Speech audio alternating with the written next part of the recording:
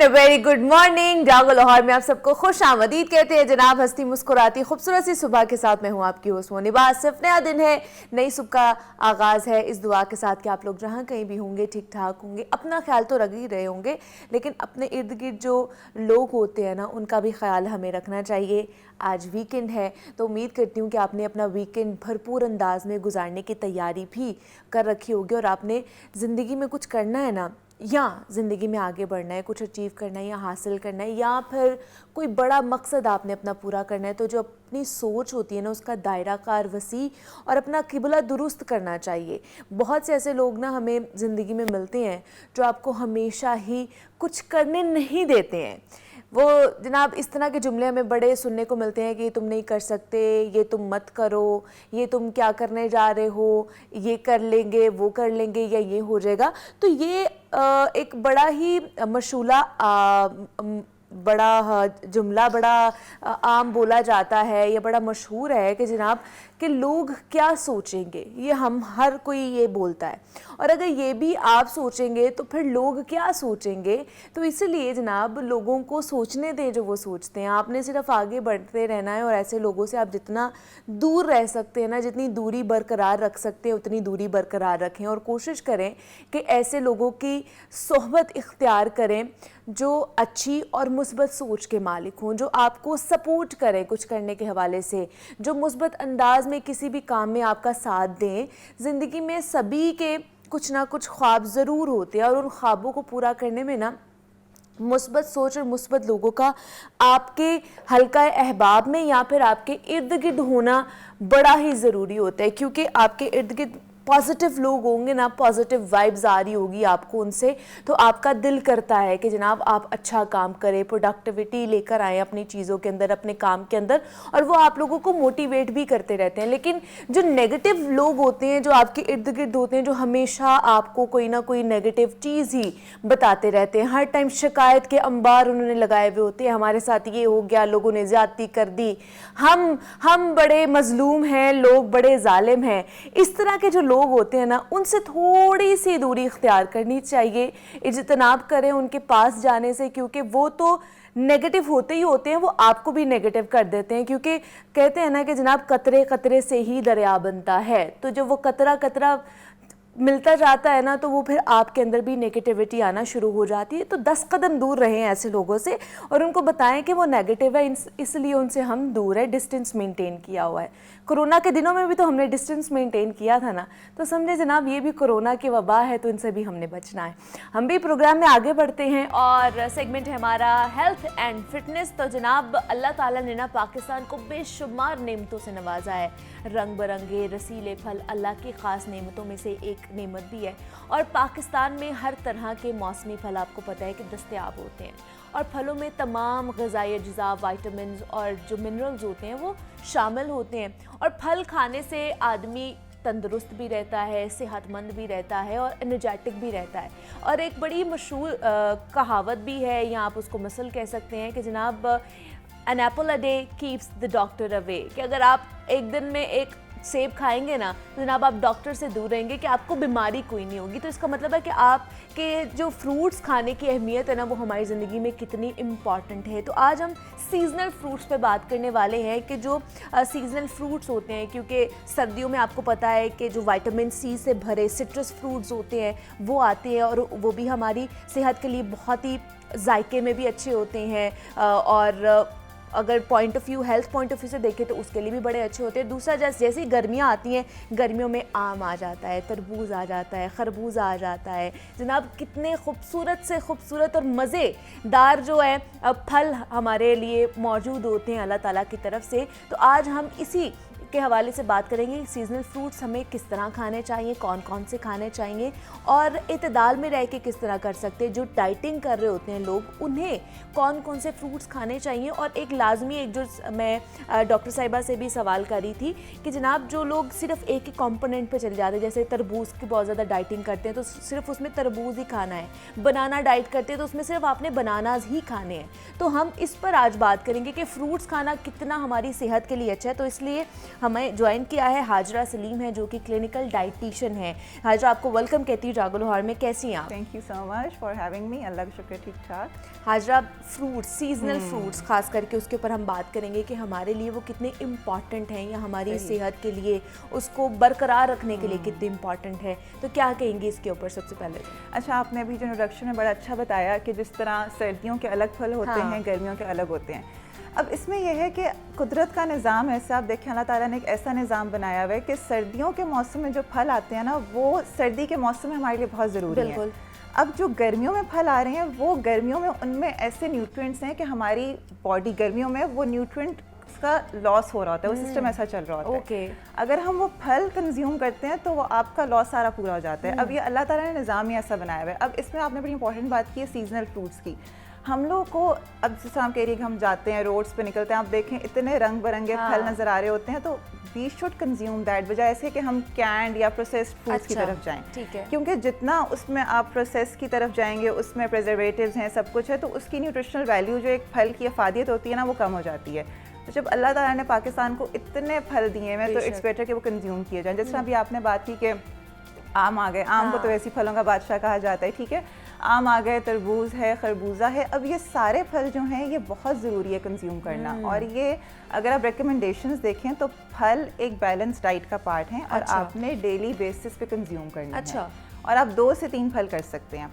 लेकिन अब जिस तरह कहते हैं ना, excess of everything is bad. अगर आप बहुत ज़्यादा फल इस्तेमाल करेंगे, एक बैलेंस तरीके से नहीं करेंगे, तो ये आपको फ़ायदे के बजाय नुकसान भी दे सकते हैं। अब अगर हम बात करें, जिस तरह तरबूज की बात कर लें, अब गर्मियों में सबसे बड़ा मसला क्या होता है? डिहाइड्रेशन हो जाती है। उसके बाद स्वेटिंग बहुत होती है। अब जब स्वेटिंग होती है तो पानी के साथ साथ आपको पता है कि इलेक्ट्रोलाइट्स भी हमारी बॉडी से निकल रहे होते हैं। तो अगर आप तरबूज खाते हैं तो पानी का इंटेक तो वैसे हो गया, आपकी जो इलेक्ट्रोलाइट्स के लॉसेज हैं वो भी रिकवर हो जाते हैं तरबूज खाने से। ठीक है। अब अगर हम हेल्थ बेनिफिट्स की बात करें, फल इतने ज़रूरी हैं कि चलें आपको पानी का फ़ायदा मिल रहा है, आपकी स्किन के लिए बहुत अच्छा है। ख़वातीन को होता है ना, हमने अपनी स्किन अच्छी करनी है, और बड़ी अच्छी हो, फ्रेश हो। इतने फ्रेश फ्रूट्स अवेलेबल हैं। अच्छा, तरबूज की जैसे आपने हाजरा बात की, तो इसके साथ एक मिथ बड़ी जुड़ी हुई है कि तरबूज के साथ पानी नहीं पीना चाहिए। पानी पीते हैं तो आपका पेट खराब या स्टमक खराब या हैज़ा टाइप जो उसको कहते हैं एक आम जुबान में, वो हो जाता है। तो ये एक मिथ है या ऐसा ही होता है? ये मिथ ही है, क्योंकि ऐसा एविडेंस इस बारे में, रिसर्च इस बारे में कोई एविडेंस नहीं है कि आप तरबूज खाएं और पानी पिएं और आपकी तबीयत खराब हो जाएगी। लेकिन हाँ, तरबूज का है कि आपने फ्रेश कंज्यूम करना है। उसको अगर आप काट के रख देते हैं रूम टेम्परेचर पे, आप फ्रिज में बहुत ज़्यादा देर रहती है, तो फिर उससे तो डेफिनेटली आपकी तबीयत खराब होगी। फ्रेश कंज्यूम करें तो ये अच्छा है आपके लिए, लेकिन अगर आप उसको रख देंगे तो फिर डेफिनेटली इससे फिर आपको बाकी जो प्रॉब्लम है, डायरिया, ये सब हो सकता है। तो इसलिए आप काटें, खाएं और उसी वक्त खत्म करें। जितना आपको चाहिए आप उतना ही लें। फ्रिज में भी रख दें, लेकिन एक टाइम पीरियड के लिए। ये नहीं कि ओवरनाइट आपने रख दिया, अगले दिन निकाल के आप वही खा रहे हैं, तो उससे तो तबीयत खराब होगी आपकी फिर। सही है, ठीक है। अच्छा, दूसरा आम के हवाले से जो बात कर रहे थे, तो आम जो फलों का बादशाह है, उसमें क्या क्या चीज़ें मौजूद होती हैं? आम, अब देखिए, आम जितने भी फल है ना, हर फल की अपनी एक अफादियत है। अगर हम आम के बारे में बात करें ना, तो आम में ये जो येलो कलर होता है ना, बेसिकली ये आम में एक एंटीऑक्सीडेंट होता है, उसकी वजह से होता है। अब ये किसके, हमारी बिनाई के लिए बहुत अच्छा है। मतलब अगर आप 1 कप आम खा लेते हैं ना पूरे दिन में, तो 25% आपकी विटामिन ए की रिक्वायरमेंट पूरी हो जाती है। एग्जैक्टली। तो ये इसमें इतने विटामिन मिनरल्स हैं। उसके बाद आमों के बारे में, अब इनमें क्या होता है, इनमें फाइबर होता है। आपकी ये जो गट है ना, उस गट हेल्थ के लिए बहुत अच्छा है। आपका जो डाइजेशन है उसके लिए बहुत अच्छा है। जिन लोगों को होती है ना कॉन्स्टिपेशन की प्रॉब्लम होती है, पाइल्स की होती है, वो अगर आम खाना शुरू करेंगे ना तो उनकी प्रॉब्लम खत्म हो जाएगी। इसके साथ साथ अब आम में एंटीऑक्सीडेंट, जिस तरह से मैंने कहा, आपको पता है हमारी जो झुर्रियाँ जल्दी पड़ जाती हैं, अगर आप आम खाते हैं तो इसमें एक नेचुरल कोलेजन है। जब आप कोलेजन लेंगे तो आपकी झुर्रियों के लिए वो बहुत अच्छा है। तो आप देखें, एक फल खाने से, अच्छा एक और बड़ी इंपॉर्टेंट बात, लोग ये कहते हैं कि जी इससे वजन ज़्यादा होता है। एग्जैक्टली, हाँ। अब वजन ज़्यादा होने वाली जो बात है ना, वही जैसा मैंने कहा कि अगर आप ज़्यादा खाएंगे, अगर आप दिन में 4 से 5 आम खा रहे हैं, जो लोग खा लेते हैं, वो होता है ना जिनको बहुत शौक होता है वो खा लेते हैं, वो आपने नहीं खाना। आप इस तरह कर लें कि 1 आम खा लें। अच्छा। इस तरह फिर इसके बारे में कहते हैं कि शुगर के मरीजों को आम नहीं खाना चाहिए। हाँ, शुगर के मरीज भी खा सकते हैं। इसका जो ग्लाइसेमिक इंडेक्स है ना, आपको पता होगा कि ग्लाइसेमिक इंडेक्स की हम बात करते हैं, एक लो होता है, मीडियम होता है, हाई होता है। तो आम का लो से मीडियम तक है। तो वो आप कंज्यूम कर सकते हैं। अपनी शुगर मॉनिटर रखें जो डायबिटिक्स हैं, okay. और आप आधा कप काट के खा लें, 1 कप खा लें अकॉर्डिंग टू योर शुगर। अपनी डाइटिशियन से कंसल्ट करें, वो आपको गाइड करेगी कि आपने आम भी किस तरह खाना है। आप इस फल के मजे ले सकते हैं गर्मियों में। वाह जी वाह। लेकिन रिकमेंडेशन यही है कि एक आम खाना चाहिए, 2 भी खा सकते हैं, 2 भी खा सकते हैं। डायबिटिक्स के लिए मैं कह रही हूँ, वैसे आप 2 भी खा सकते हैं, 2 भी खा सकते हैं, लेकिन फिर भी आपने इतदाल में रहकर ही बैलेंस डाइट ही लेनी है। एग्जैक्टली। अच्छा, आम के बाद कहा जाता है लस्सी पिए, कच्ची लस्सी पिए। हाँ जी, वो ना एक कॉन्सेप्ट है कि आम की तासीर गर्म होती है, तो उसके बाद लस्सी पी लेनी चाहिए। हाँ। अगर आप पीना चाहते हैं तो आप पी लें, अगर आप ना भी पिए तो कोई उसमें मसला नहीं है, कोई मसला नहीं है, ठीक है, वो आपको फायदे ही देगा। बिल्कुल। लेकिन जो डाइट कर रहे होते हैं क्या वो भी खा सकते हैं? बिल्कुल खा सकते हैं, लेकिन वो तो अवॉइड ही करते हैं जिसमें ज्यादा मीठा हो, एग्जैक्टली। यहाँ पे ना एक बहुत बड़ी मिसकंसेप्शन है, कुछ क्वैक्स जो होते हैं जिनको न्यूट्रिशन का पता नहीं होता, वो लोग ये कहते हैं कि जी ये वाला फल बंद, ये वाला फल बंद, ये वाला फल बंद। मैं अपने पेशेंट्स को ये बताती हूँ कि हमारा काम है, डाइटिशियन का काम है आपकी ज़िंदगी आसान करना। आपका खाना बंद ना करना, बल्कि आपको बताना कि आपने पोर्शन कंट्रोल कैसे करना है, आपने कम क्वांटिटी में कैसे खाना है। सारे खाने के मज़े लें, लेकिन उसको बैलेंस डाइट की फॉर्म में लें तो अच्छा है आपके लिए। अब इस तरह आम का मैंने आपको बताया, अगर कोई बंदा लेट्स से डाइटिंग कर रहा है, उसने कम, अब आम में तो कोलेस्ट्रॉल है ही नहीं, फैट तो है ही नहीं उसमें, ठीक है, उसमें कार्बोहाइड्रेट्स है, उसमें फाइबर है जो आपके, तो हमने एक पेशेंट का वो क्यों बंद करने जिसको आम पसंद है। अब ज्यादा तो नहीं ना करनी, जुल्म तो नहीं ना करना हमने पेशेंट्स के साथ भी। तो आप ले सकते हैं। आप ऐसा करें कि अगर आप पूरे दिन में 1 आम खा लेते हैं तो ठीक है आपके लिए, उससे आपके वेट को ज़्यादा नहीं होगा, प्रोवाइडेड कि आप बाकी डाइट अच्छी ले रहे हो। वो फिर पूरा डाइट प्लान वो जो कस्टमाइज करते हैं उसमें हम बताते हैं कि अब आपने ये खाना है, कम खाना है, साथ में फल इस तरह से खाने हैं, तो वेट बिल्कुल ज़्यादा नहीं होता। जिस तरह आपने बात अभी की थी कि कुछ कभी बार ऐसा होता है कि एक बनाना डाइट, उस पर चले जाते हैं, सारा दिन वाटरमेलन खाते रहना है, ऐसे नहीं करना। अच्छा। प्लीज़ मेरी अपने सारे व्यूअर्स से मैं कहूँगी ऐसे नहीं करना, ये बहुत नुकसान है आपकी सेहत के लिए। मतलब वो कहते हैं कि हमने अगर जल्दी अगर वेट लॉस करना है, वेट लॉस जर्नी में हमने जाना है कि 3-4 दिनों में, 1 हफ्ते में करना है, तो आप लोग बनाना डाइट पे चले जाएं या वाटरमेलन डाइट पे चले जाएं। ये लास्ट ईयर भी बहुत ज़्यादा इसके ऊपर हमने शोज भी किए, तो बहुत ज़्यादा इसको आप कह लें कि फोकस में थी, हर कोई कर रहा था। हर कोई इसलिए करता है क्योंकि उसके रिजल्ट्स। अच्छा, इसमें होता है कि मैं अपने पेशेंट्स को यही बताती हूँ कि शॉर्टकट नहीं है। अच्छा, आप देखें जिन्होंने जल्दी वेट लूज़ किया होगा ना, 1 हफ्ते में अगर ज़्यादा वेट लूज़ कर लिया होगा या 2-3 दिनों में ज़्यादा वेट लूज़ कर लिया होगा, उनका डबल आएगा। आप 3 दिनों के लिए या 4 दिनों के लिए, हफ्ते के लिए अपने बॉडी को बेसिक न्यूट्रिएंट से डिप्राइव कर देते हैं। जब आपने कर दिया और फिर आपने नॉर्मल डाइट ली, वेट तो ज़्यादा ही होगा। तो मतलब एक लॉजिक कॉमन सेंस की बात है ना, ये लोग नहीं समझते। वो जब बस देखते हैं जी 1 हफ्ते हमारा वजन कम हो गया, हमारी बॉडी का हमने नुकसान कर दिया अच्छा खासा, चलो जी अब हमारा वेट ज़्यादा। तो ये चीज़ बड़ी इंपॉर्टेंट है कि ऐसे जो भी आपको ऐसे कहता है, जब समझ जाएं कि वो क्वालिफाइड डाइटिशियन नहीं है, ठीक है, उस डाइटिशियन, वो अपने आप को सिर्फ डाइटिशियन कह रही है, वो है नहीं। तो इन क्लेम्स पे नहीं जाना, शॉर्टकट्स पे नहीं जाना। अब आप देखें सोशल मीडिया पे भी असल में चीज़ लोगों को ना शॉर्टकट्स पसंद होते हैं कि जी 1 महीने में 20 किलो वजन कम। बिल्कुल, हाँ। ये हेल्दी है ही नहीं, ये रिकमेंडेशन है ही नहीं। आपने अपना वेट जितना रिकमेंडेड कम करना है उतना ही करें, क्योंकि इतने नुकसान हो जाते हैं। मेरे पास फीमेल्स आती हैं पेशेंट पीसीओएस के प्रॉब्लम्स के साथ, जिन्होंने अपना बड़ा रैपिड वेट लॉस किया होता है। तो फिर आप देखें कि इसमें पे कितना नुकसान है। तो ऐसे बनाना डाइट होगी। अब एक आप देखें, एक न्यूट्रिएंट आप ले रहे हैं, ठीक है, फल बहुत बैलेंस डाइट क्या है कि आपने सारे फूड ग्रुप्स लेने हैं। आप प्रोटीन तो ले ही नहीं रहे इतने दिनों में, अब बॉडी को प्रोटीन तो चाहिए होती है। चाहिए, exactly। अब फ्रूट्स में से आपको प्रोटीन नहीं मिल रही, आप अंडा नहीं ले रहे, आप मटन या चिकन नहीं ले रहे, आप वैसे कार्बोहाइड्रेट्स की भी एक क्वांटिटी आपने लेनी होती है, वो नहीं लेते तो नुकसान होता है। आपकी बॉडी कीटोसिस में, मैं बहुत साइंटिफिक टर्म्स अगर यूज़ करूँ, लेकिन आपकी बॉडी एक ऐसी फेज़ में चली जाती है कि वो आपके लिए बड़ा नुकसानदेह है। तो इसलिए फिर ये चीज़ें अवॉइड करनी है। इसलिए जितने भी देख रहे हैं, अगर आज यही समझ लेना मेरे इस प्रोग्राम के बाद कि उन्होंने बनाना डाइट, वाटरमेलन डाइट नहीं करनी, एक बैलेंस डाइट लेनी है। अच्छा, सिर्फ डाइट से भी नहीं, आपने फिजिकल एक्टिविटी भी करनी है। ये जो चीज़ है ना, ये हमारी जो पाकिस्तानी अवाम है ना, उसको समझाना बड़ा मुश्किल है। वो कहते हैं नहीं हम डाइट बैठे बैठे कर लेंगे, हमने फिजिकल एक्टिविटी नहीं करनी। तब तक आपका मेटाबॉलिज्म ही बूस्ट नहीं होगा। फिजिकल एक्टिविटी इसलिए करना बहुत ज़रूरी है ताकि आपका मेटाबॉलिज्म फास्ट हो। अच्छा, वो नहीं करेंगे तो फिर दूसरा जब हमें ये भी नहीं पता है यहाँ पे कि हमें फ्रूट्स कब खाने चाहिए, उसकी टाइमिंग क्या होनी चाहिए। हम खाने से पहले भी खा लेते हैं, हम खाने के साथ भी खा लेते हैं, हम खाने के बाद भी खा लेते हैं। तो क्या रिकमेंडेड जो टाइम टेबल है वो क्या होना चाहिए हमारा? अच्छा, इसमें यह है कि फ्रूट्स का ना, जिस तरह आपने कहा आप सुबह, अच्छा फ्रूट्स में है कि आप अगर एज अ स्नैक ले लेना, क्योंकि आपने देखा होगा कि नाश्ते के बाद और दोपहर के दरमियान का जो टाइम होता है उसमें वैसे आपकी एनर्जी थोड़ी सी डाउन हो रही होती है, वो बेस्ट टाइम है फ्रूट लेने का। Okay. उसमें अच्छा इसमें ये है कि आप मिल्क शेक भी ले सकते हैं, जिस तरह आप कहते हैं ना कि फ्रूट्स को कंज्यूम कैसे करना है, किस टाइम पे करना है, आप as a snack milkshake भी ले सकते हैं, लेकिन उसमें चीनी नहीं डालनी क्योंकि आप देखिए फ्रूट्स की इतनी अच्छी अपनी नेचुरल शुगर है। अब मिल्क शेक अगर मैं आपको एक सिंपल बताऊं, आपने आधा कप लेना है उसका दूध का, उसके अंदर आपने अगर एक आम भी डाल दिया तो आपको चीनी डालने की जरूरत नहीं है। बिल्कुल ऐसे ही। ये जो है ना शुगर स्वीटेंड बेवरेजेस के हम लोग जो घर में भी बना रहे होते हैं, अगर कोई जूस बना रहे होते हैं आम, उसमें एक्स्ट्रा चीनी डालते हैं। हम मिल्क शेक बना रहे होते हैं उसमें एक्स्ट्रा चीनी नहीं है ज़रूरत। हमने अपने इतना वो अपने टेस्ट बड्स को कर दिया है ना कि हमने चीनी के बगैर हमारा गुजारा नहीं है। आपने चीनी नहीं डालनी है, ठीक है। आप अगर अच्छा एक और तरीका है, यहाँ पे मैंने देखा है लोगों को खरबूजा काटते हैं उसके ऊपर चीनी डाल देते हैं, शक्कर डाल देते हैं। नहीं डालनी, वो कहते हैं मीठा नहीं है तो हम इसको मीठा कर देंगे। वैसे ही खा ले, कुछ नहीं होता। तरबूज मीठा नहीं है, उसके ऊपर भी शक्कर डाल दो, मीठा हो जाएगा। ऐसे नहीं करना। आपने जो फल है उसकी नेचुरल शुगर है, अल्लाह ताला ने हमारे टेस्ट बड्स में बहुत अडेप्टेबिलिटी डाली हुई है जी।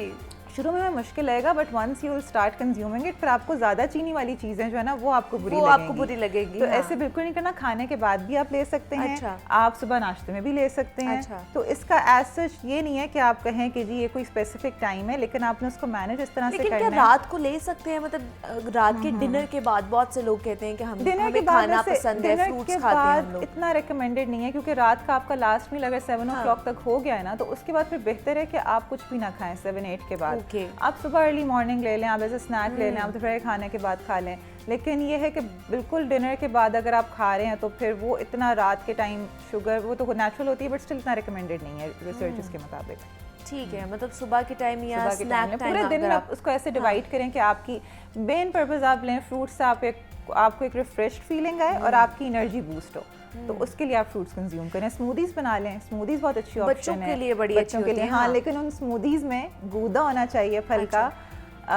ये नहीं करना कि आपने गूदा निकाल लिया, उसको स्ट्रेन कर लिया और चीनी डाल दी ढेर सारी। अच्छा। उसको नेचुरली आप उसको सिंपल, आपने जैसे आम का जूस बना लिया, आपने आम लिया, उसका गूदा निकाला, उसको ब्लेंड किया और आप उसमें जो भी आपने बर्फ़ शरफ डालनी है। अच्छा, नमक एक बड़ी इंपॉर्टेंट चीज़ है, काला नमक। ये जो लोग करते हैं ना, सारी जो है ना न्यूट्रिशनल वैल्यू उसकी मार देते हैं। नमक तो वैसे ही अगर आप रिकमेंडेशंस देखें अमेरिकन हार्ट एसोसिएशन की या इस तरह वर्ल्ड हेल्थ ऑर्गेनाइजेशन की, तो नमक का इंटेक बहुत कम होना चाहिए। जितना एक पूरे दिन का इंटेक होता है ना, हम उतना जूस में डाल देते हैं। तो नमक, चीनी, एडिशनल चीज़ें नहीं डालनी, उसका नेचुरल फ्लेवर एंजॉय करें। मैं यही कहती हूँ, एंजॉय करके तो देखें एक दफ़ा, फिर आपको उसका जायका का पता चलेगा कि अल्लाह ताला ने नेचुरली उसमें कितना फ्लेवर डाला हुआ है। लेकिन यही चीज़ है ना कि हमें वो टेस्ट बड्स जो है वो डेवलप हुए और हमें मज़ा नहीं आता करना है, वो हो जाएंगे चेंज। अच्छा, फालसा है, लीची है, अमरूद है, चेरीज है, सही बात है। इस हवाले से भी बताएं कि ये कितने अच्छे हैं हमारे लिए। अच्छा, फालसा तो जिसे कहते हैं ना, ये तो स्पेसिफिक हमारे एक रीजन का जो है वो फल है और इसके न्यूट्रिशनल बेनिफिट्स बहुत हैं। फालसे में पोटेशियम की मिकदार बहुत ज़्यादा है। ठीक है। और ये आपको पता है कि एक नेचुरल कॉम्बिनेशन है कि जिन चीज़ों में सोडियम की मिकदार कम होती है ना और पोटेशियम की मिकदार ज़्यादा होती है, वो बहुत अच्छा है हमारे ब्लड प्रेशर के पेशेंट्स के लिए, जिनको हाइपरटेंशन जिनका ज़्यादा होता है ना, ब्लड प्रेशर ज़्यादा होता है, उनके लिए बहुत अच्छा है। अब इसमें अगर आप लेते हैं फॉर एग्जांपल इस तरह का कोई कॉम्बिनेशन वाला फ्रूट लेते हैं, तो आपका 2 फ़ायदे, एक तो आपके दिल पे दबाव कम पड़ता है, दूसरा जो है हाइपरटेंशन के लिए भी, और जिनको दिल के अमराज हैं उनके लिए बहुत अच्छा है। अब एक फल ले रहे हैं जिससे आपको वैसे ही फाइबर भी जा रहा है आपकी बॉडी में, जो है जैसा मैंने कहा था जो जिस्म में सोजिश होती है, ये उसके लिए बहुत अच्छा है।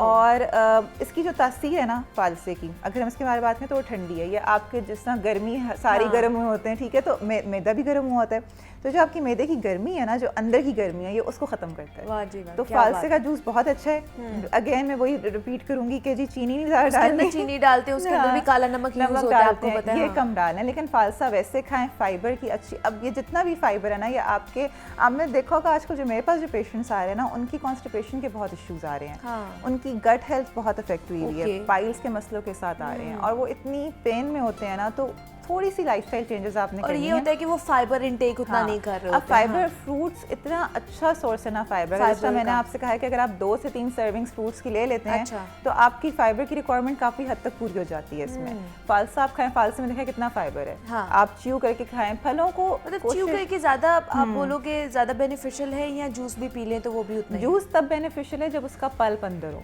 Okay. अगर आपने उसका पल्प निकाल दिया, उसको स्ट्रेन कर दिया, तो फिर आपने मेन फाइबर तो निकाल के बाहर फेंक दिया। Okay. वो नहीं करना। पल्प के जूस अगर आप फालसे को कर रहे हैं, मतलब आपने ब्लेंडर में डाल दिया, आपने ब्लेंड कर लिया, उसको स्ट्रेन किए बगैर आपने पिया, तो उसका भी बेनिफिट है। ठीक है। और च्यू करना तो वैसे ही, अब अगर च्यू करके खाना तो वो भी आपके लिए बहुत अच्छा है। आपके लिए अच्छा मतलब हाँ। फलों को ज़्यादा पकाएं मत, उनको फ्रेश फॉर्म में, सीजनल फ्रूट्स हैं, फ्रेश हैं, उनको उनकी नेचुरल फ्रेश फॉर्म में काट के खाएं, मज़े करें, एंजॉय करें। अल्लाह ताला ने आपको पाकिस्तान में इतने फल दिए हैं। दूसरा आपने कहा था लीची के बारे में। हाँ। लीची अब देखे ना, इसमें कितनी मीठी है ये। हाँ। इसमें तो चीनी डालने की जरूरत ही नहीं बहुत ज़्यादा है। शुगर है। अब इसमें भी वही सारे बेनिफिट्स हैं। लीची में जो है आपके पास एंटीऑक्सीडेंट्स की अच्छी खासी अमाउंट है, विटामिन्स मिनरल्स की अच्छी खासी अमाउंट है। ये जो है आपकी इम्यूनिटी को बहुत स्ट्रॉन्ग करती है। असल में होता है ना, हमारी बॉडी में कुछ ऐसे प्रोसेसेस चल रहे होते हैं कि इन्फ्लेमेशन जिसको कहते हैं, जी। वो हमारी बॉडी में स्टार्ट हो जाती है। तो अगर आप फ्रूट्स का अच्छा इनटेक करते हैं ना, तो वो ऑटोमेटिकली वो इफेक्ट कैंसिल हो जाता है। तो आपकी बॉडी खुद फाइट कर लेती है, आपकी कुव्वत मुदाफ़ियत इससे मजबूत होती है। आपके जो जैसे मैंने कहा था कॉन्स्टिपेशन का मसला, जो भी फल आप लेंगे उससे वो इम्प्रूव होगा। आपकी इंटेस्टाइन्स, आंतों की सेहत बहुत अच्छी होती है लेने से ये। जी, तो लीची खाने से बिल्कुल। तो ये सारे बेनिफिट्स आप देखें, आपको एक फ्रूट से मल्टीपल बेनिफिट्स मिल रहे हैं कि आपकी बीमारी भी ख़त्म हो रही है, मल्टीपल बीमारियां ख़त्म हो रही हैं, आपकी हेल्थ भी अच्छी हो रही है, आपकी स्किन भी अच्छी हो रही है, आपकी एनर्जी भी अच्छी हो रही है, आपको कैलोरीज भी कम मिल रही हैं। तो इसलिए फ्रूट्स का इंटेक बहुत ज़रूरी है। अच्छा, फ्रूट्स एक जो हम लोग पूरा एक चार्ट टाइप बना के खाते हैं, सारे फ्रूट्स को कट करके, इस तरह कॉम्बो भी खा सकते हैं क्या? हम खा सकते हैं, लेकिन उसमें क्वांटिटी का आपने ख्याल रखना है। अगर वैरायटी ऑफ फ्रूट्स खा रहे हैं तो वो भी बहुत अच्छा है। तो जिस तरह फॉर एग्जांपल अगर मैं तरबूज की बात करूँ, तरबूज का जो रेड कलर है वो होता है उसका लाइकोपीन, उसमें होता है। लाइकोपीन भी एंटीऑक्सीडेंट है जो आपकी सेहत के लिए बहुत अच्छा है। अब जो कलर्स है ना, डिफरेंट कलर्स, अगर आप वो, अगर आम की बात कर लें, आम का येलो कलर, वो भी उसके अंदर एक एंटीऑक्सीडेंट है, उसकी वजह से है। आड़ू, अब आड़ू में भी, अच्छा आपको पता है बीटा कैरोटीन होती है, ये हमारी आईसाइट के लिए बहुत अच्छी होती है। अब आड़ू में बीटा कैरोटीन है। वो जब आप कैरोटीन लेंगे, जब आपकी बॉडी में जाता है, वो तो हमारी बॉडी उसको किस में कन्वर्ट करती है? विटामिन ए में। अब वो आपकी बिनाई के लिए बहुत अच्छा है। अगर आप एक फ्रूट कप ले लेते हैं या मिक्स फ्रूट्स ले लेते हैं, तो आप देखें सारे फ़ायदे आपने एक कप में कर लिया, वो आपने ले लिया, तो ये बहुत अच्छा है। फ्रूट चाट हमारे यहाँ काफ़ी इस्तेमाल होती है, लेकिन फ्रूट चाट को हम बेचारे को, हम कभी उसमें क्रीम डाल देते हैं, कभी हम जो है उसमें चीनी और सारे मसाले डाल देते हैं। तो फ्रूट कप आप वैसे खाएँ, उसमें चीनी मत डालें, उसमें आप जो हैं अच्छा, और हमारे यहाँ पे ज़्यादा फ्रूट चाट सिर्फ रमज़ान में ही खाई जाती है। रमज़ान में, और उसमें वो भी क्रीम डाल के। एक तो क्रीम चाट मुझे नहीं पता किसने इन्वेंट कर दी है कि जी क्रीम चाट आपने उसकी जो सारी है ना, उसमें और कैलोरीज ऐड कर दी है। लाहौरी होगा जो चटखारेदार और जिसको खाने के बड़ा शौकीन होगा, उसी ने इन्वेंट की होगी क्रीम डाल के। और जनाब हाजरा सलीम क्लिनिकल डाइटिशियन हमारे साथ मौजूद है, और हम सीजनल फ्रूट्स के हवाले से बात कर रहे थे कि किस तरह खाने चाहिए और कितनी क्वांटिटी में खाने चाहिए जो हमारी सेहत के लिए मुफीद साबित हो सकते हैं। Hajra, thank you so much for coming, और हमें आपने टाइम दिया और इतनी अच्छी टिप्स आप देकर जा रही है। तो जनाब इसी नोट पे एक छोटी सी ब्रेक लेते हैं, मिलते हैं इस ब्रेक के बाद।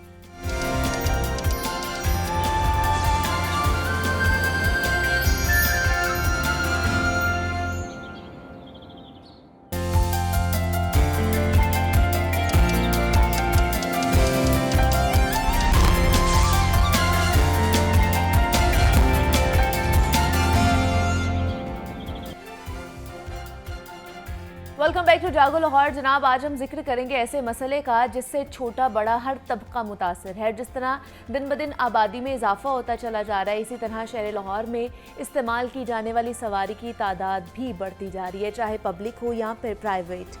हमें गाड़ियों और बसों की बड़ी तादाद सड़कों पर घूमती नज़र आती है।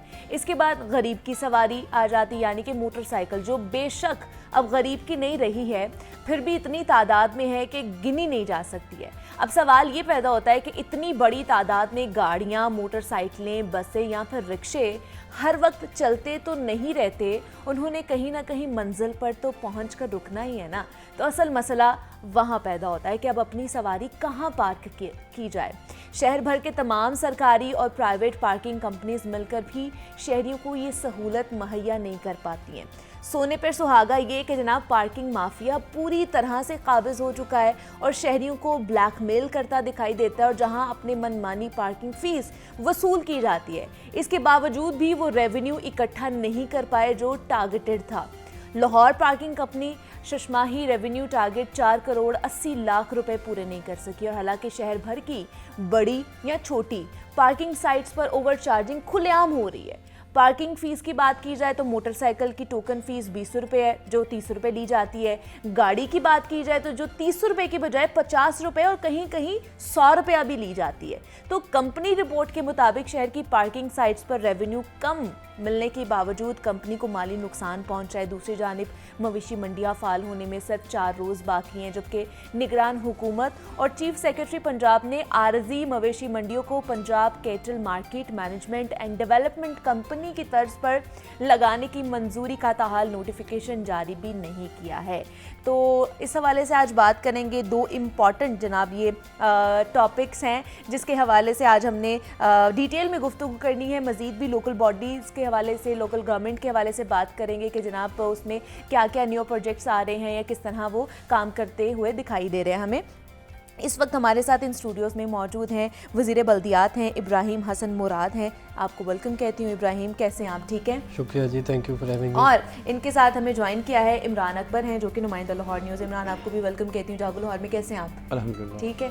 अच्छा, सबसे पहले आप ही की तरफ आऊँगी इब्राहिम कि जो 2 ज़्यादा जिसके ऊपर फोकस आज हमने करना है, लेकिन बाकी चीज़ों पर भी जाएंगे हम, कि पार्किंग साइट्स का बड़ा मसला है। और ये सिर्फ आज का नहीं है, ये बहुत पुराना है, ये डेकेड्स मेरे ख्याल से हो गई हैं कि इसके ऊपर हम लोग भी बात कर रहे हैं और ये प्रोग्राम्स भी बेतहाशा कर चुके हैं। आपसे पहले जो गवर्नमेंट थी उनसे भी हम बातें सवाल पूछ चुके हैं, लेकिन पार्किंग साइट्स का मसला हल नहीं हो रहा।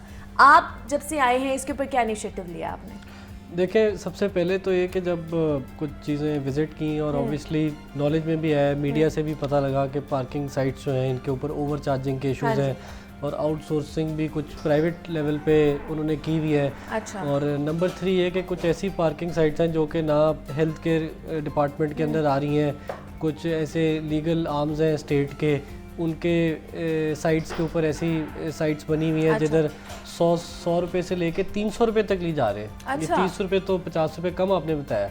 तो उसका जो है एक बड़ा ग्रैंड होलिस्टिक प्लान बनाने की ज़रूरत है। हाँ। और इसके अंदर जो सबसे इम्पॉर्टेंट चीज़ है वो है अकाउंटेबिलिटी। ओके। और दूसरा ये कि हमें आउटसोर्सिंग प्रॉपर प्राइवेट तरीके से करने की ज़रूरत है।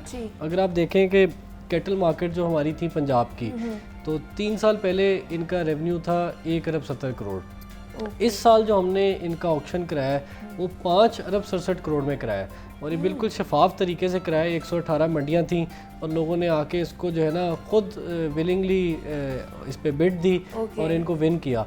तो ये पार्किंग साइट्स जो हैं ये रेवेन्यू अर्निंग साइट्स हैं।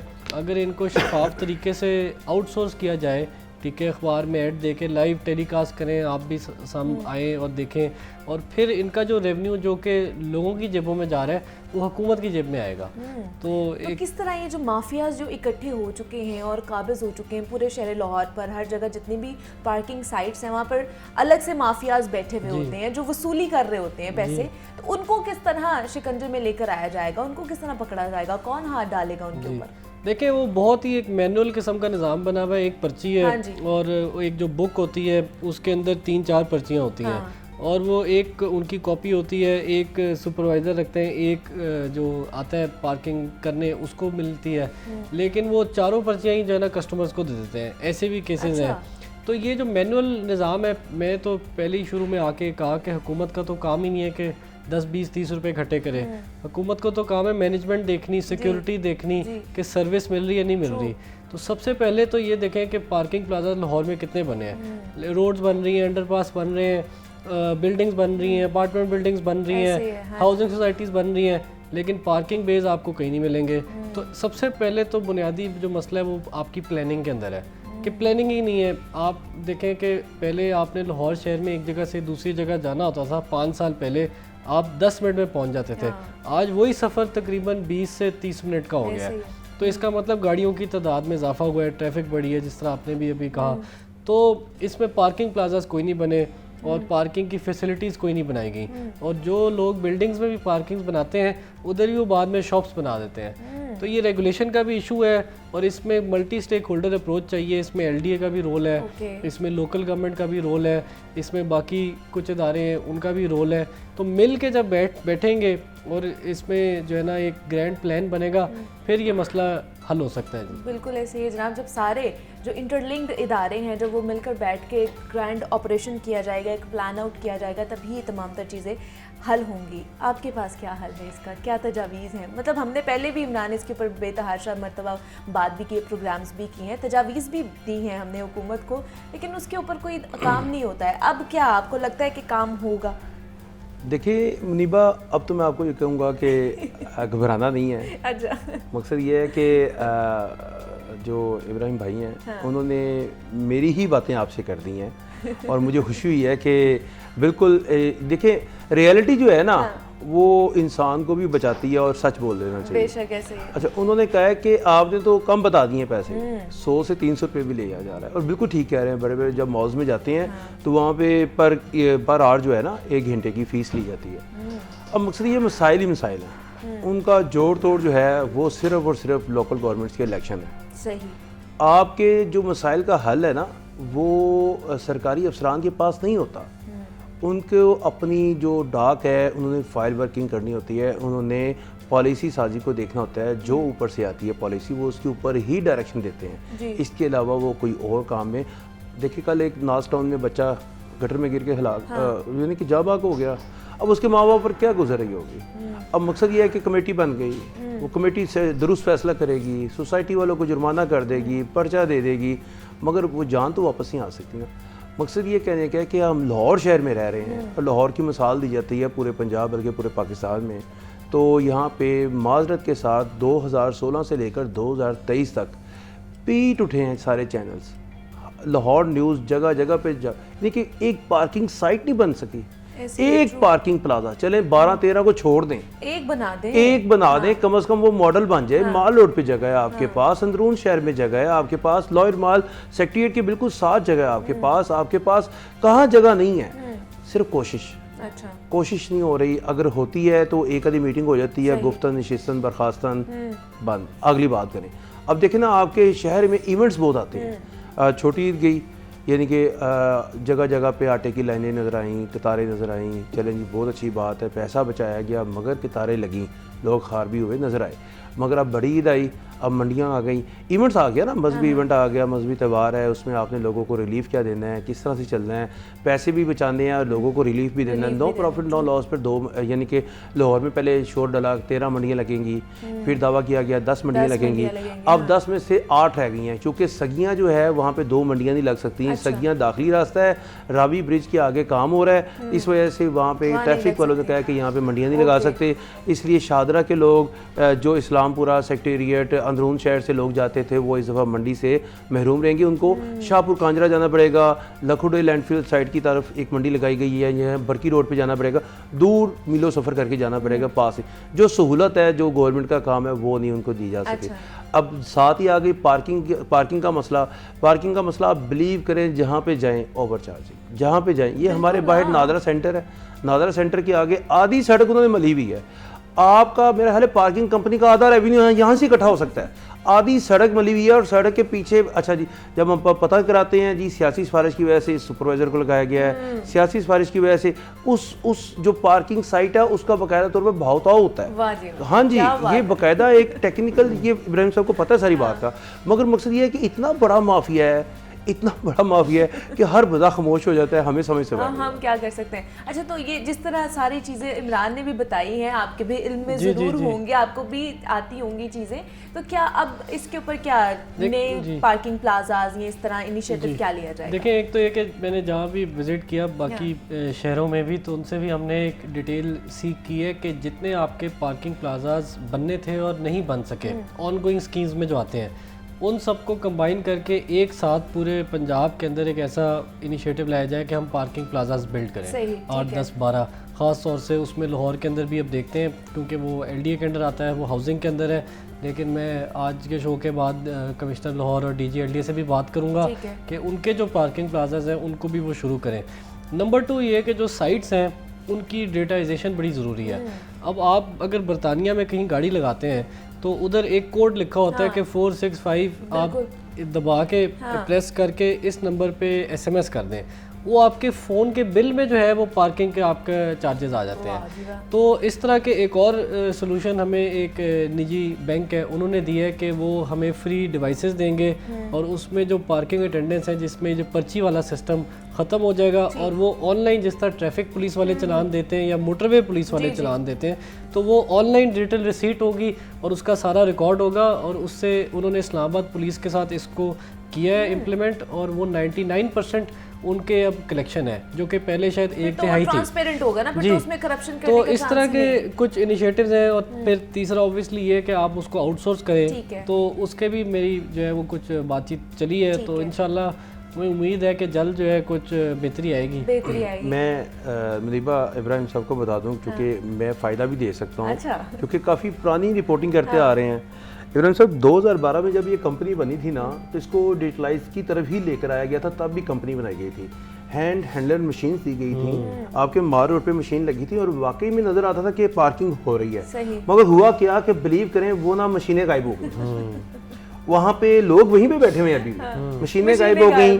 उसका तो हिसाब बताएं, उससे ले इंसाफ कि ये मशीनें कहाँ पे गई, ये बजट इतना लगा था, इतने पैसों की मशीनें आई, वो कहाँ पे गई, वो कोई पूछते नहीं। अच्छा नैब में केस चला ख़त्म हो गया, फलां में केस चला ख़त्म हो गया, अफसरान कहीं पे भी नजर नहीं आया। यानी कि अब आज आप बैठे हुए हैं, आपसे पहले कोई और वज़ीर बल्दियात थे, उनसे पहले कोई और वज़ीर बल्दियात थे, आप लोगों ने अपना टेन्योर मुकम्मल करना है, जैसे जैसे हुकूमत की डायरेक्शन आएगी आपने पॉलिसी साजी पे रहना है। मगर मकसद ये कहने का कि जो अफसरान हैं वो किसके कटहरे में सामने आते हैं, किसके अंडर आते हैं, जो आते हैं वो क्यों नहीं इस चीज़ को सामने लेकर आते कि लॉयर माल जो है जिसे वो हम छोटी जजी कहते हैं, जहाँ पे तूफान लगा हुआ है बाइक्स का, ठीक है ना, बाहर सेक्रेटेरिएट के बाहर। अब देखिए सेक्रेटेरिएट का ये दरवाज़ा है, उसके बाहर ही बाइक शुरू हो गई हैं और आधी सड़क या पूरी सड़क बनी हुई है। अब क्या वकला हजरात को आपने पार्किंग साइट नहीं देंगे तो वो कहाँ पे बाइक्स लगाएंगे? उन्होंने भी तो कहीं लगानी है ना। अगर उनको हम पार्किंग साइट देते हैं तो वो वहीं पे खड़ी करेंगे। आपकी ट्रैफिक रवानगी जो है उसकी जो ट्रैफिक प्रॉब्लम आता है वो ख़त्म हो जाएगा। आपका माल रोड देख लें, हाल रोड के अंदर जाने को दिल नहीं करता। हाल रोड के अंदर इधर देखें क्या हाल है इब्राहिम जी। एक तो इन्होंने कहा कि वो मशीन्स दी और वो लोग उधर ही मशीन्स नहीं है, लेकिन मेरी जो नॉलेज है वो ये कि ऐसी भी साइट्स हैं जिधर जिन लोगों को डेजिग्नेट किया हुआ है उन्होंने आगे किसी को अपनी जगह डेजिग्नेट किया हुआ है, तो वो लोग भी कुछ जगह नहीं है। और ये कि इसको इन्वेस्टिगेट करने की ज़रूरत है कि वो किधर है। मशीनें तो गायब हैं, आदमी भी वहाँ से गायब है। क्या बात है। अच्छा ये जो मवेशी मंडियों के हवाले से बहुत ज़्यादा व्यापारी परेशान हैं और शिकवा भी कर रहे हैं कि इस दफ़ा हुकूमत हमारे साथ जो है ना वो ताउन नहीं कर रही है या हमें सहूलियात मुहैया नहीं कर रही है, क्या वजह है इसकी? देखें जो पंजाब हुकूमत का बजट है वो अब इस तरह की हमें चीज़ों की इजाज़त नहीं देता कि हम ऐसी फैसिलिटीज़ हैं जो कि बेसिक लोगों की हैं वो उनको सब्सिडाइज़ कर सकें। और हर साल ये मवेशी मंडी जितनी भी मंडियां लगती थी इनके सेटअप के अंदर करोड़ों रुपए खर्च होते थे और उसमें टेंटेज के अंदर उनको पानी प्रोवाइड करना या जनरेटर्स और लाइट्स और इसके अंदर और बेतहाशा उसके अंदर जो है ना इनएफिशिएंसीज थी। तो इस साल हमारे वज़ीर आला पंजाब सैयद मोहसिन अज़हर नकवी साहब ने हिदायत दी कि हमने ये नो कॉस्ट पे गवर्नमेंट की इस्टेब्लिश करनी है मंडियाँ। तो इसके अंदर अब मेरा जो ज़ाती आइडिया है वो ये कि हमें इनको जगह प्रोवाइड करनी चाहिए, ज़मीन जिधर ये आके अपनी मंडी लगाएं और जितने ये हैं ये अपनी टेंटेज लाएं, अपने जनरेटर हों और अपनी जो है पानी का भी बंदोबस्त करें या हम उनको कनेक्शन उधर दे दें और अपने ख़र्चे पे अपनी स्टॉल्स और अपनी जो क्या कहते हैं अपना जो सेटअप है वो इस्टेब्लिश करें। हुकूमत के अरबों रुपए इस पे करोड़ों रुपए खर्च ना हो। लेकिन इमरान ये तो पहले से चलता आ रहा है ना, कितनी देर पुरानी ये चीज़ें हैं कि हुकूमत ही सारी चीज़ें प्रोवाइड करती हैं। फिर हमने छोटी ईद से पहले देखा कि रमज़ान बाजार लगते थे वो भी नहीं लगे। अब मवेशी मंडियों के हवाले से भी ये आ रहा है कि ताउन नहीं किया जाए गवर्नमेंट की तरफ से। ये तो साल से चलता आ रहा है। मुनीबा सिर्फ मैं आपको पहले बता दूँ कि सिंध में जो है उन्होंने मंडियाँ लगाई हैं। अच्छा अब बजट की बात की है इब्राहिम साहब ने, तो मैं पहले बता दूं माजरत के साथ बजट अवाम का पैसा होता है। जो टैक्सीज हैं अवाम के वो आपने अवाम पर ही खर्च करने हैं, किस पे खर्च करने हैं। अब मकसद ये कहने का है कि आप एक बंदे को पहले एसी में सुलाते हैं, और 16 साल बाद उससे एसी छीन लेते हैं, वो सो सकता है उसके बाद? नहीं सो सकते, उसको आदत हो गई है ना। आदत हो गई। यहाँ तो आप पहले एक महीना पहले इसकी तैयारी शुरू करें, अवामी गाही मुहिम कि जी आपने जनरेटर अपने पास से लेकर आने हैं। अब वहाँ मंडियों में जाएं, कहीं पे सफाई का मसला, कहीं पे पानी खड़ा है। आजकल आपको पता है मानसून पहले आ चुका है, जुलाई की बारिशें जून में हो रही हैं और तेज़ बारिशें हो रही हैं, तूफान के साथ बारिशें हो रही हैं। अब वहाँ पे पानी खड़ा है, जो भी अंदर जाता है वो एक देखिए गर्मी पड़ रही है, बकरे हैं, जानवर आए हुए हैं, कुर्बानी के जानवर हैं, उनके लिए खुलियाँ बनानी है, उनके लिए जनरेटर प्रोवाइड करने हैं, उनके लिए लाइट्स का इंतज़ाम करना है। जगह नो डाउट इन्होंने दी है, मगर वहाँ पे इंतज़ामात जो हैं वो वैसे नहीं है जिस तरह हर साल की तरह होते हैं। शामियाने जो हैं वो व्यापारी जो हैं वो ख़रीद रहे हैं।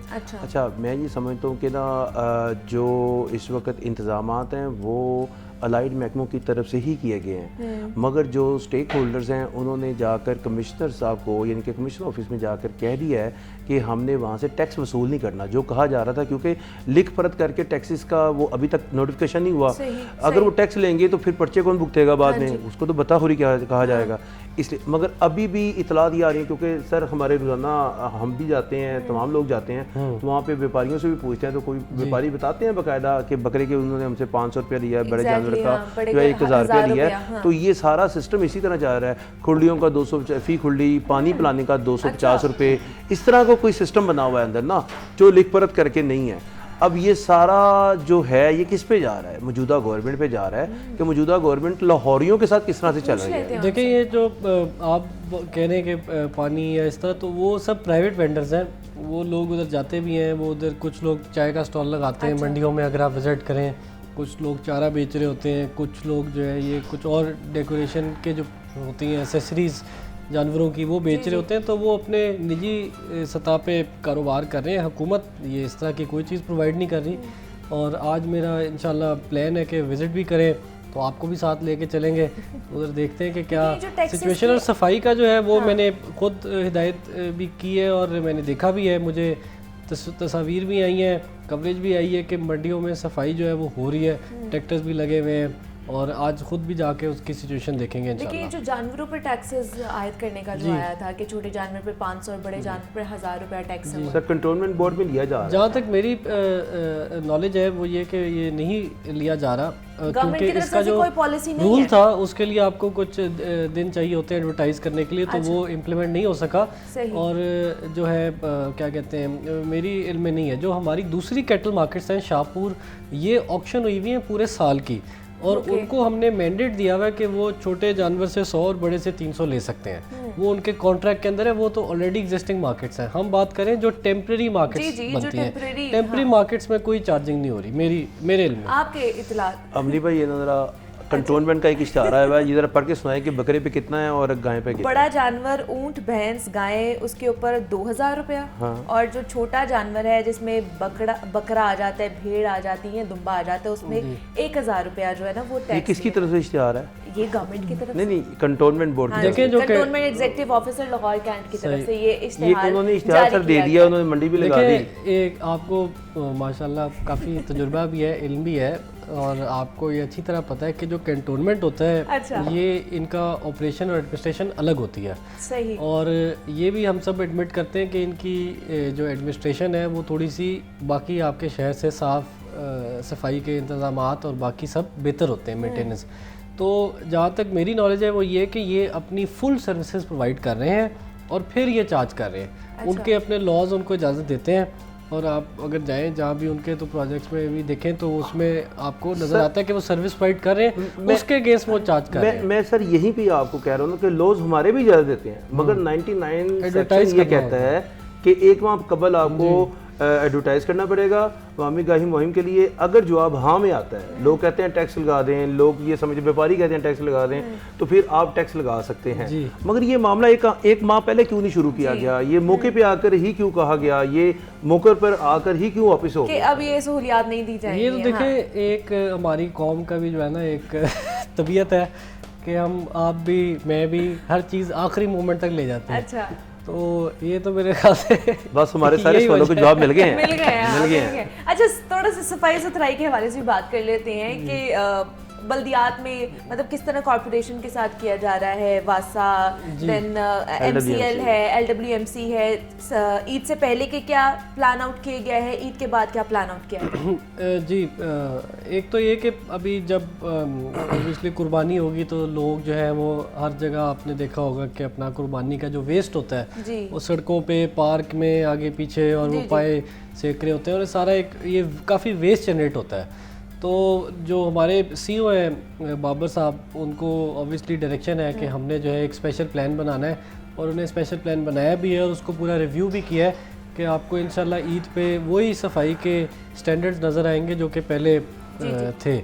और इसके साथ साथ मैं एक ये चीज़ भी आप सबको बताना चाहूँगा कि लाहौर के अंदर अगर आप देखें तो रिलेटिवली सफाई के निज़ाम में और इंतज़ामात में बेहतरी आई है। और मुझे भी लोग बता रहे हैं कि आप देखें आपको एक तो वर्कर्स नज़र भी आ रहे हैं, गाड़ियाँ भी नज़र आ रही हैं। रात भी मैं एक जगह जा रहा था तो सड़कें धुल रही थी और ये तो एक बात है ही, लेकिन इसके साथ साथ जो बड़ी बात है वो ये कि माहाना अब Lahore waste management company 10 crore रुपए अपने अखराजात में भी कमी ले आई है और वो भी उसके अंदर भी बचत कर रही है। तो ये एक 2 टियर आप देखें कि सिस्टम है कि एक तो स्टैंडर्ड ऑफ क्लीननेस भी इम्प्रूव हुआ है और नंबर 2 खर्चों में भी तकरीबन 10 करोड़ रुपए माहाना कमी आई है, क्योंकि साल के तकरीबन 1.25 से 1.5 अरब रुपए। वाकई टाइम थोड़ा सा शॉर्ट है से। सर अगर इस पे भी कोई पैसे दे रही हैं या इस पे भी रोक रही हैं? सफाई कंपनी को पैसे देंगे तो जारी बात है वो लोकल गवर्नमेंट का बेबी है, तो इस पे पैसे देंगे या वो पैसे के बगैर ही सफाई हो रही होगी सारी? नहीं, देखें लाहौर वेस्ट मैनेजमेंट कंपनी जो है और बाकी भी जो है इनका अगले साल का ये है कि ये हुकूमत से पैसे नहीं लेंगी। और ये शहरी जो है वो सफाई की सर्विसेज जो उनको मिलती हैं उसके अगेंस्ट वो पे करेंगे। और इसमें ये कि लाहौर को 3 सेक्शंस में डिवाइड किया गया है और उसमें जो बिल्कुल छोटे घर हैं उनको माहाना 200 रुपये है और जो बड़े 2-4 कनाल के घर हैं मतलब क्या बात है जनाब। ये 96,000 थे लाहौर में, अब 5.5 लाख लोग जो हैं एक्साइज के डाटा के मुताबिक। ये टॉपिक है जिसके ऊपर मजीद भी और बात करना चाह रहे थे हम, लेकिन वक्त की शॉर्टेज है जिसकी वजह से वज़ीर बल्दियात इब्राहिम हसन मुराद हमारे साथ मौजूद थे। हसन इब्राहिम, बहुत शुक्रिया आपके वक्त का कि आप यहाँ पर। इमरान अकबर हमारे साथ मौजूद। इमरान, आपका भी बेहद शुक्रिया। आप एक छोटी सी ब्रेक लेते हैं, मिलते हैं इस ब्रेक के बाद।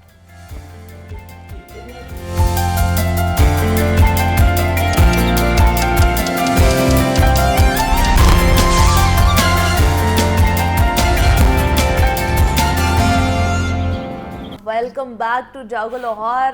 जनाब, आपको पता चल ही गया है एक नया टैलेंट हमारे इस वक्त लाहौर जागो लाहौर के स्टूडियो में मौजूद है जिससे हमने आपकी मुलाकात करानी है। मौसीकी का तड़का लगने वाला है, वीकेंड हमारा बहुत अच्छा होने वाला है और हमारी ज़्यादा से ज़्यादा कोशिश यही होती है कि न्यू टैलेंट जो बच्चे हों, पाकिस्तान का सरमाया हो, वो जागो लाहौर के प्लेटफॉर्म पर आएँ और उनसे हम आपकी मुलाकात कराएं, उनके टैलेंट को आप तक पहुंचाएं। तो एक ऐसा ही टैलेंटेड यंगस्टर कहूँगी, यंगस्टर सिंगर हमारे साथ मौजूद है। मोहम्मद उसैद उनका नाम है और जनाब साथ साथ पढ़ रहे हैं, साथ साथ गाने के शौकीन भी हैं। तो उनसे जानेंगे कि क्या आगे के गोल्स हैं उनके, क्या करना है और किस तरह आगे बढ़ना है। उसैद, आपको वेलकम कहती हूँ जागो लाहौर में। कैसे हैं आप? मैं बिल्कुल ठीक, आप कैसे हैं? मैं भी बिल्कुल ठीक ठाक। बहुत अच्छी आवाज़ है उसैद आपकी। तो क्या कर रहे हैं, किस तरह इसमें इंटरेस्ट पैदा हुआ कि मैंने सिंगिंग की तरफ भी जाना है? किसको देखा? मैं बचपन से ही जब मेरे ख्याल से मैं अपनी 2nd ग्रेड में था, 3rd ग्रेड में, तो हमारे स्कूल्स में क्वायर होते थे। तो उसमें मिली नगमे हो गए, इस तरह की चीज़ें हो गई, तो वहाँ से इंटरेस्ट एक जनरेट होना शुरू हुआ। एक मुझे इस चीज़ के बारे में पता लगा थोड़ा, मैंने कहा म्यूज़िक भी कुछ है। तो तब क्वायर में परफॉर्म करता था, बहुत शौक़ था, हमेशा ये कहता था मैंने फ्रंट रो में खड़े होकर परफॉर्म करना है। तो तब से एक शौक़ डेवलप हुआ। उसके बाद जनरली वो शौक़ एज के साथ साथ क्लासिकल चीज़ों में बदलता गया। मैं गज़लें सुनना पसंद करना शुरू हो गया, इस तरह की चीज़ें पसंद करना शुरू हो गया। मेहदी हसन साहब की हो गई, उस्ताद गुलाम अली साहब की हो गई।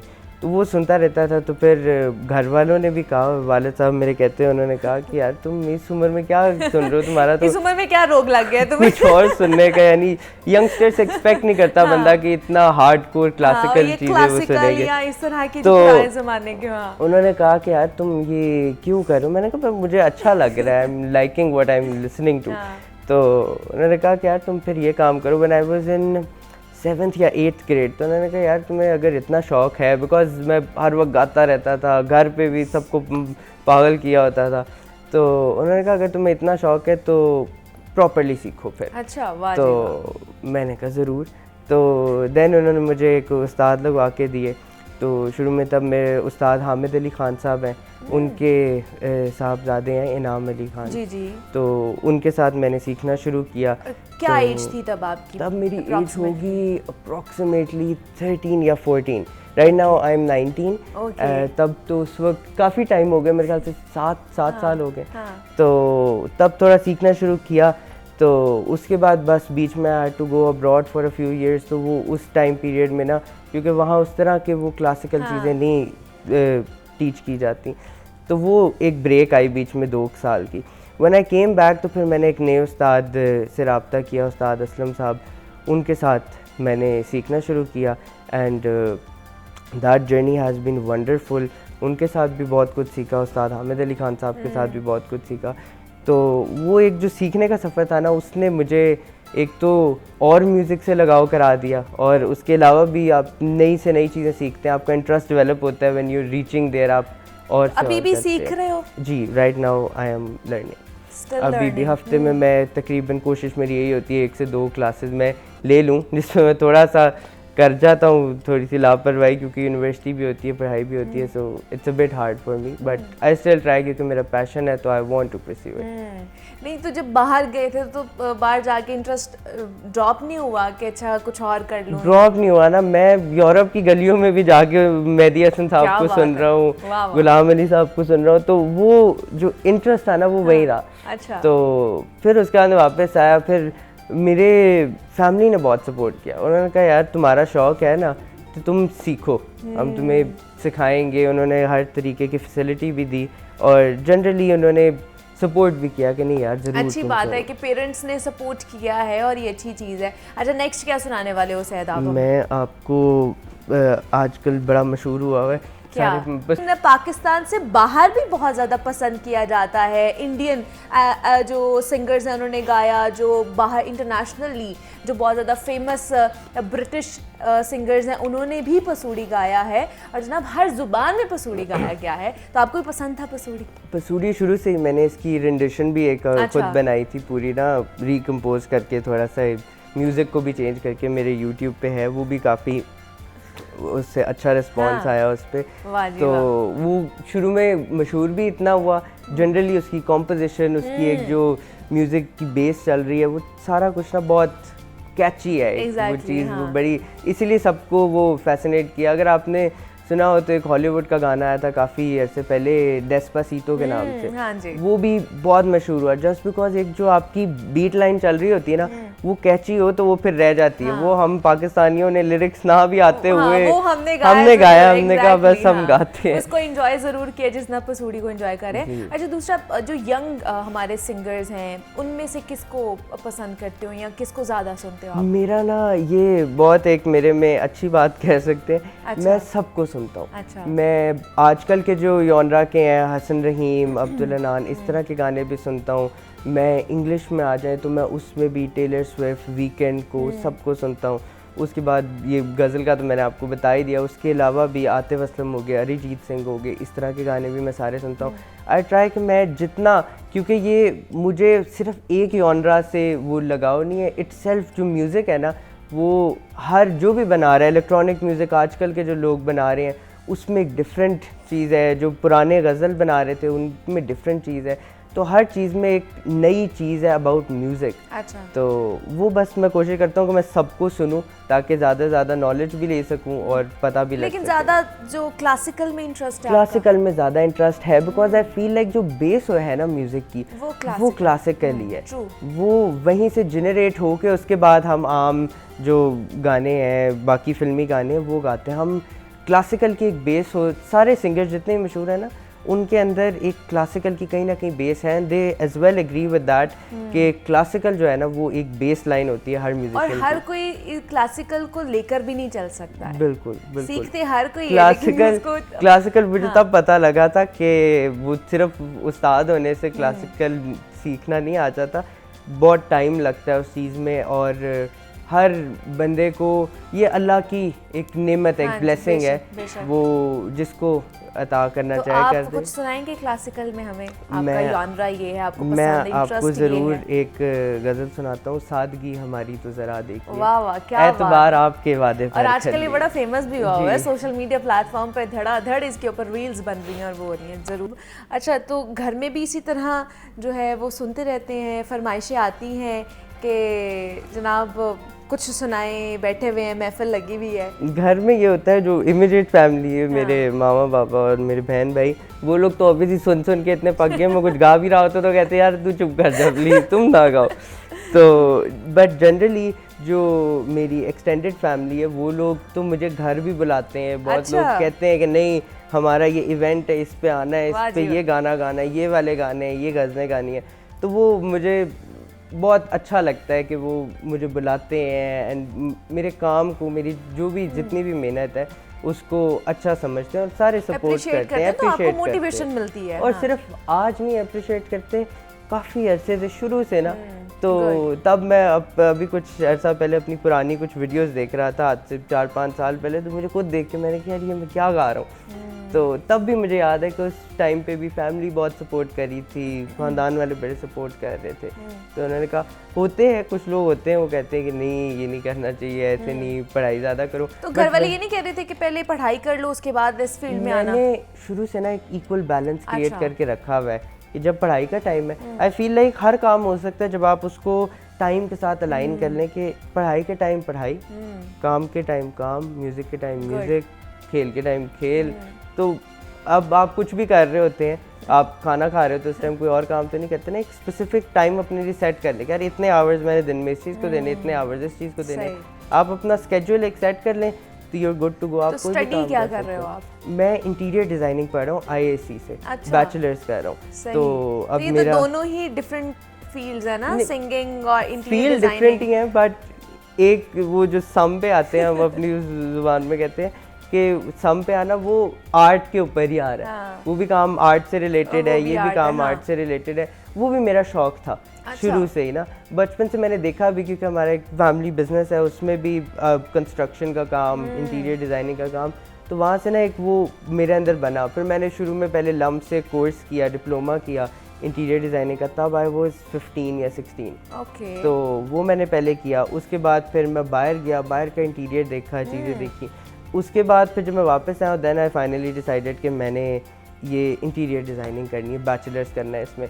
वो मैंने कर तो लिया बट लोग मुझे कह रहे थे कि यार वो बैचलर्स करो, इकोनॉमिक्स पढ़ो, कुछ पढ़ो, बिजनेस पढ़ो, तो मैंने कहा नहीं यार मेरा शौक है। तो लोगों ने कहा नहीं, तो यार दोनों फील्ड में से किसी को चूज करना पड़ेगा। आप इन फ्यूचर तो किसको चूज करोगे, म्यूजिक को या फिर उसको, मैं इंटीरियर डिजाइनिंग को? ये बहुत ही बॉर्डर लाइन है कि मैं दोनों चाहता हूँ, बिकॉज दोनों में अगर तो इंटीरियर डिज़ाइनिंग मेरा पैशन ना होता ना तो शायद मैं उसको छोड़ देता, बट वो एक उस लेवल पे पहुँच गया कि I love doing that work. और जिस काम में आप दिलचस्पी से करते हैं ना, आई फील लाइक आप उसमें कहीं ना कहीं आप पहुँचते ज़रूर हो। बिल्कुल ऐसे ही है, क्योंकि हाँ। उसमें आपकी मेहनत अपना लग रहा होता है सारा कुछ। मुझे यही था कि आर्ट्स है, आर्ट्स आसान होती है, हो जाएगा, but it was not like that. मेरे लिए काफ़ी मुश्किल हो रहा है ये आर्ट्स का सारा कुछ कोऑप करना, क्योंकि इसमें बहुत सा दिन रात मेहनत करनी पड़ती है, काम, चीज़ें, आम इकोनॉमिक्स बिजनेस की डिग्री से बहुत मुश्किल काम है। चलें जी, नेक्स्ट क्या सुनाने वाले हैं आप हमें? मैं आपको सुनाता हूँ। अच्छा उसैद, जो न्यू टैलेंट है आपकी तरह जो इस फील्ड में आना चाहते हैं, सिंगिंग करना चाहते हैं, उन्हें क्या टिप्स देना चाहोगे? मैं एक टिप जो मैंने अभी रिसेंटली देखी है ना, 2-3 साल मैं गिटार स्कूल भी जाता रहा। पहले तो आई एम सेल्फ टॉट, मैंने कुछ 3-4 साल खुद ही सीखा, उसके बाद मैंने थोड़ी एक्सपर्टीज़ लेने के लिए गिटार स्कूल ज्वाइन किया। तो ठीक है। मैंने वहाँ जो देखा ना, मैंने कहा यार लोग बहुत जल्दी हार मान जाते हैं। लोग कहते हैं यार हम ये नहीं हो रहा, मशहूर नहीं हो रहे, या ये नहीं हो रहा, या गाना नहीं चल रहा। लोग हार मान जाते हैं। आप जब भी इस फील्ड में बाहर निकलेंगे आपको डिसअपॉइंटमेंट मिलेगी, आपको हर चीज़ मिलेगी। पेशेंस लेवल आपके अंदर होना चाहिए, हाँ, कि आपने किस तरह लेकर आगे आपने चलना है, आप मेहनत करते जाएं, आप इंशाल्लाह आगे बढ़ते जाएंगे। मोहम्मद उसैद हमारे साथ मौजूद थे। Usaid, thank you so much for coming here और बेस्ट विशेस विद यू कि आप भी ऐसे ही आगे बढ़ते जाओ। हमें इजाज़त दीजिए जनाब, अपना बहुत सारा ख्याल रखिएगा। मंडे को आपसे दोबारा मुलाकात होगी। अल्लाह हाफ़िज़।